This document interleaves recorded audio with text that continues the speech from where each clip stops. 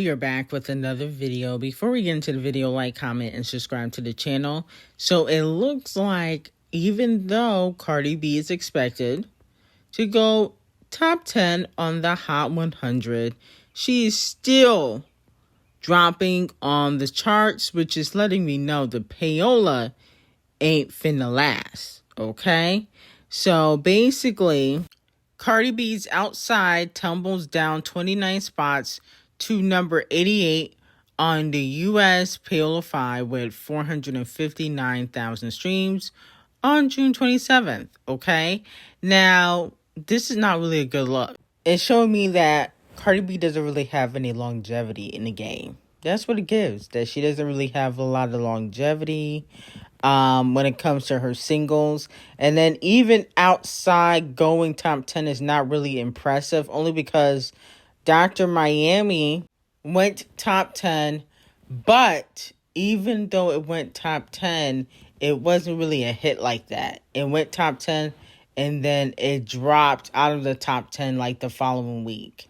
So that's the thing with Cardi B. I feel like in recent years, she still hasn't gotten a hit record, and that's why she put WAP and Up on her album. So she can say she got a number 1 for her second album, even though it came out 5 years ago.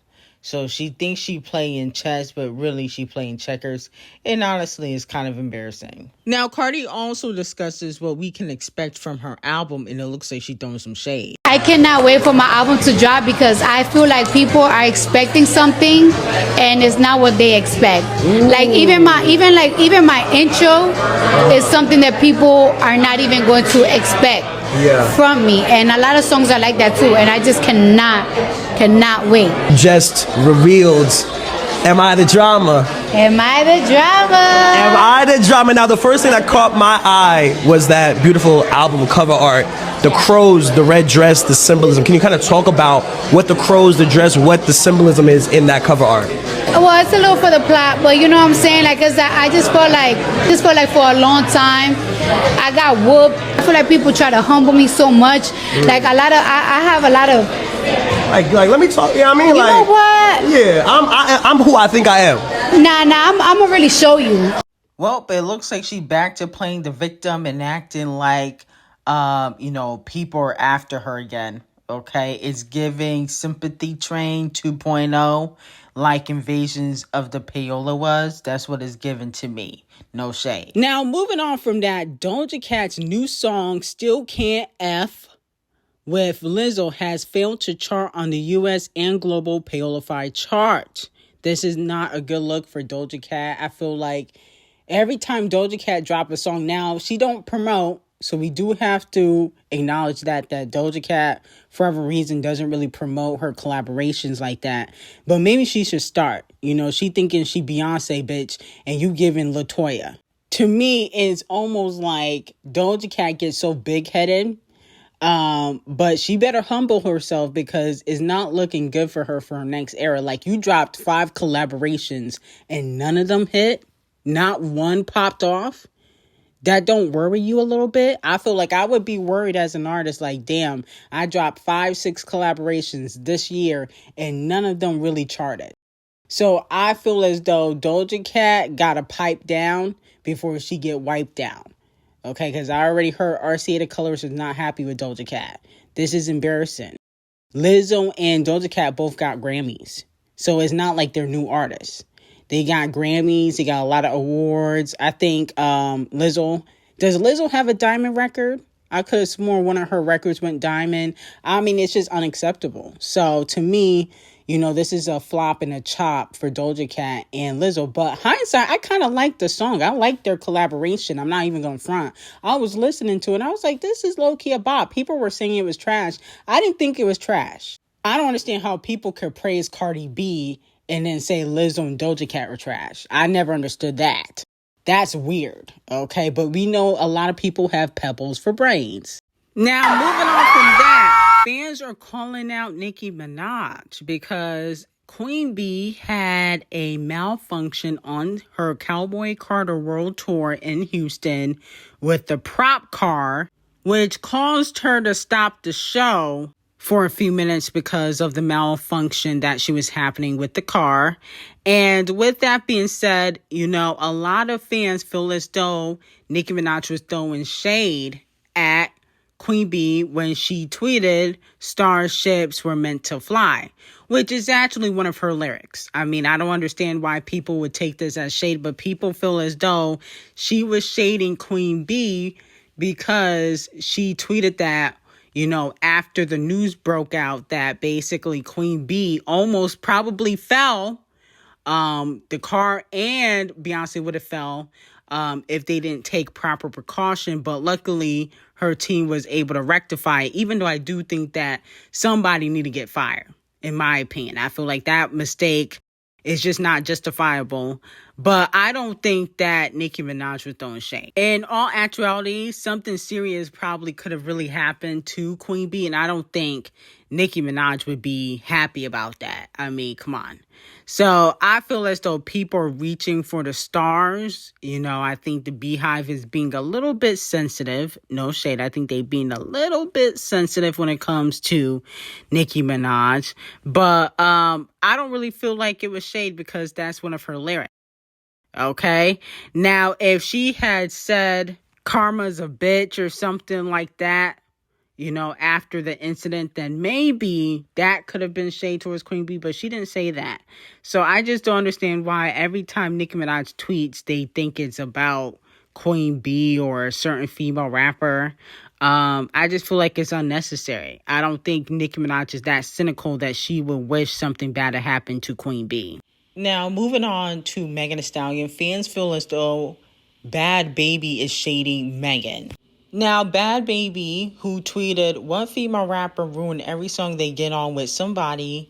I'm trying to see some," laughing emoji. And a person tweeted Cardi and Meg, and she said, "Nah, Cardi body-ish," which lets me know that she's a fan of Cardi B, obviously. They both were signed to Titanic Records. Bhad Bhabie unfortunately got dropped. But a lot of fans feel as though she's shading Megan because she didn't stick up for Megan. She only stuck up for Cardi B. But I think Megan doesn't appeal to everybody. Okay? And maybe Bhad Bhabie has a thing for Tory. You never know. So it could be a consumption of different things. But I feel like the industry and the general public, they're more willing to back Cardi than Megan Thee Stallion. Now, moving on from that, Chris Brëëzy is getting clocked by Queen Bee fans, okay? And he went on a full rant. Now, if you guys remember, last year, 11/13/24, Chris Brëëzy posted unfortunately, he posted a false stat on his Instagram page where it said Chris Brëëzy has surpassed 114 million RIAA certified digital single sales as a lead artist in the U.S., tying him with Queen Bee. Now, unfortunately, that wasn't true.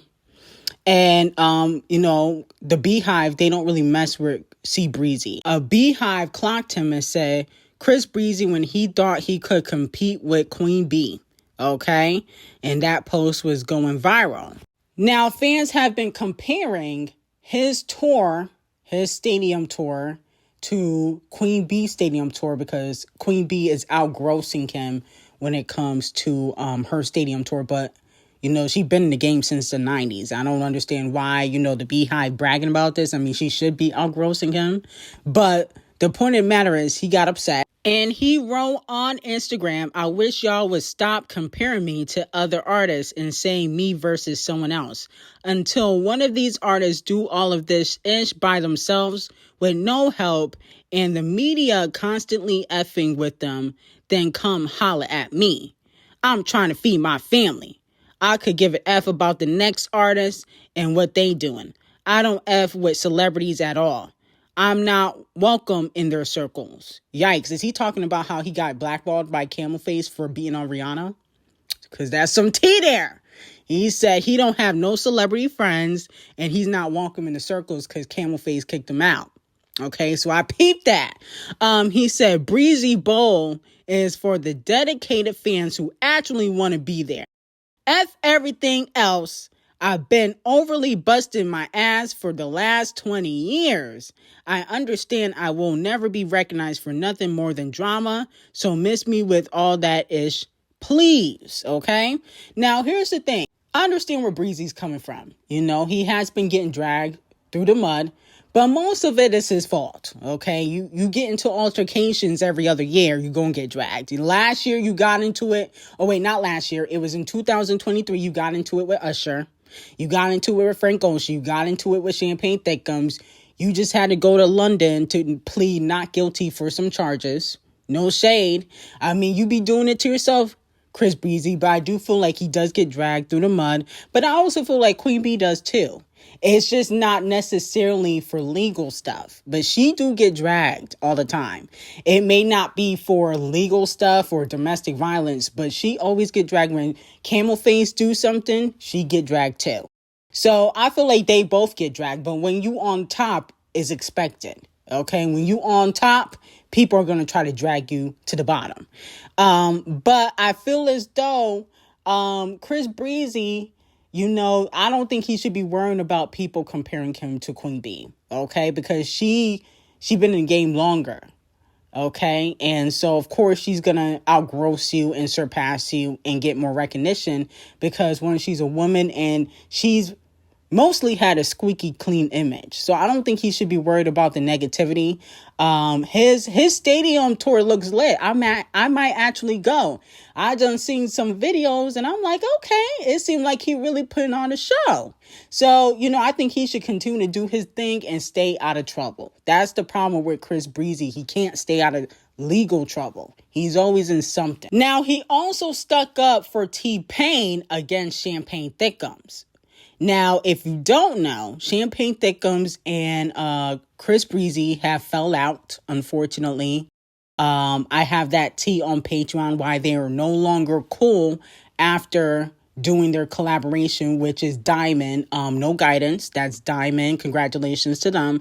But unfortunately, they fell out again, and I have that tea on Patreon. But he stuck up for T-Pain after T-Pain kind of threw some shade at Champagne Thickums in his botched BBL. He said, random thought, T-Pain is one of the GOATs of my generation, giving you your flowers, pioneer, love you, my brother. Now, a few days ago, T-Pain was clowning Champagne Thickums, saying that Champagne Thickums forgot to follow his own advice and bow out the game gracefully once you see that you're getting pushed out. Okay, so that's what he said. I think it was like on stream or in an interview. And, you know, Champagne Thickums clapped back. But it seems as though Chris Brëëzy is taking T-Pain's side. And I know the reason behind that, and that's on Patreon. But I also feel like Champagne Thickums, you might clap back at T-Pain, but I don't think you want to smoke with C Brëëzy. Didn't he throw bottles at you over Rihanna like 10 years ago?